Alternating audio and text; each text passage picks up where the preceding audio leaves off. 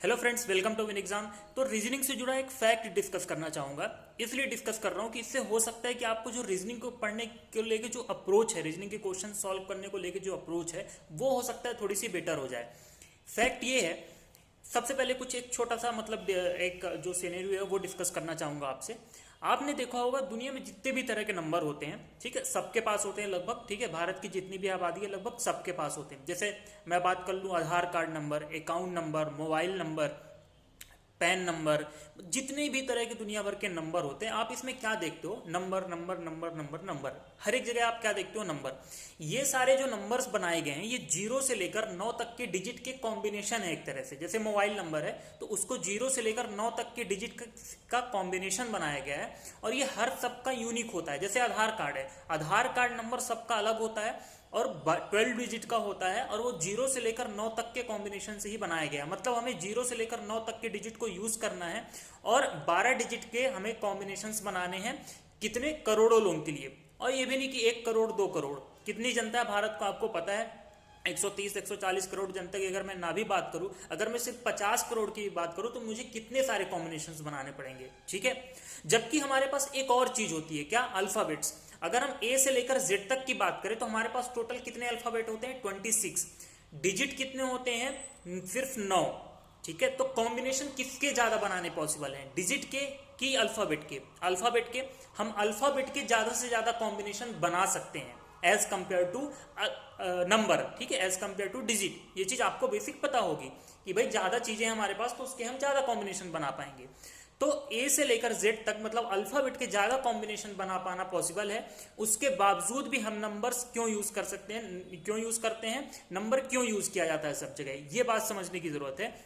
इसका रीजन ये है, इसका एक मतलब साइंटिफिक रीजन है कि जो ह्यूमन ब्रेन होता है, ठीक है, जो ह्यूमन ब्रेन होता है वो जनरली अल्फाबेट की बजाय नंबर्स को याद करने में ज्यादा कैपेबल होता है, ठीक है, ज्यादा एबल होता है। मतलब ज्यादा देर तक और ज्यादा आसानी से नंबर्स को एक ह्यूमन ब्रेन याद कर सकता है एज कंपेयर टू अल्फाबेट, ठीक है। दूसरे इसके और भी कई सारे रीजन है लेकिन वो यहां पे बताना जरूरी नहीं है, ठीक है। जो एक रीजनिंग के मतलब रिस्पेक्ट में जो चीजें बताना जरूरी है वो मैं आपसे डिस्कस कर रहा हूं।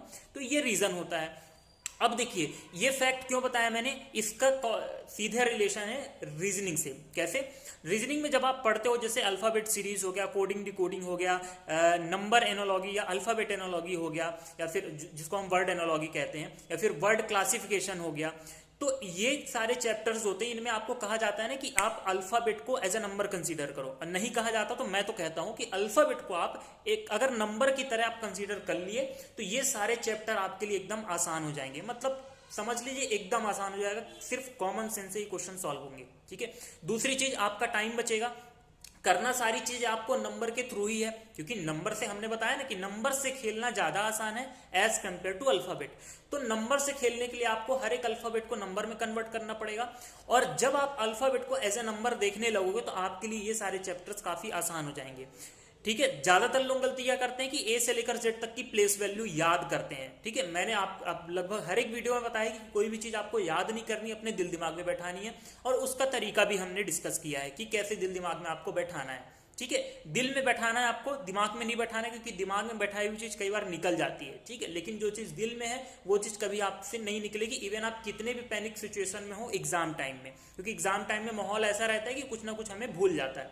या फिर आप काउंट करोगे, मतलब अगर फ्रैक्शन ऑफ सेकंड भी लग रहा है तो कुछ तो टाइम लग रहा है ना आपको याद करने में, रिमेंबर करने में। जैसे अभी मैं आपसे पूछ दूं पी कौन से नंबर पे आता है, मतलब जैसे ही मेरे मुंह से निकला पी तो उसके साथ उसकी प्लेस वैल्यू आपके दिमाग में आ जानी चाहिए, ठीक है। जैसे ही मैंने बोला एम तो उसकी प्लेस वैल्यू आपके दिमाग में आ जानी चाहिए, जैसे ही मैंने बोला एक्स तो उसकी प्लेस वैल्यू आपके दिमाग में आ जानी चाहिए, ठीक है। तो ये चीज है। तो जब ये अप्रोच आप अपनाओगे ना तो आपके लिए 3 से 4 चैप्टर्स काफी ज्यादा आसान बन जाएंगे, और इन चैप्टर से काफी सारे क्वेश्चंस आते हैं जिनसे आप टोटल मतलब ओवरऑल आप 2 से 3 मिनट, या फिर जिनको ज्यादा टाइम लग रहा है वो लगभग 4 से 5 मिनट भी सेव कर सकते हैं। मैं ओवरऑल बात कर रहा हूँ जितने भी क्वेश्चंस आते हैं इन टॉपिक से, ठीक है। तो इस चीज का ख्याल रखना है आपको, काफी इंपॉर्टेंट फैक्ट था, इस चीज पे आप ध्यान दीजिए। और सारे अल्फाबेट्स को आप एकदम दिल दिमाग में उसकी प्लेस वैल्यू को आप अपने दिल दिमाग में बैठा लीजिए। ये आपके लिए काफी हेल्पफुल होने वाला है। अगर इन्फॉर्मेशन और फैक्ट अगर अच्छा लगा हो तो कमेंट करके जरूर बताएं, और चैनल को सब्सक्राइब करें और शेयर करें। Okay, thank you so much.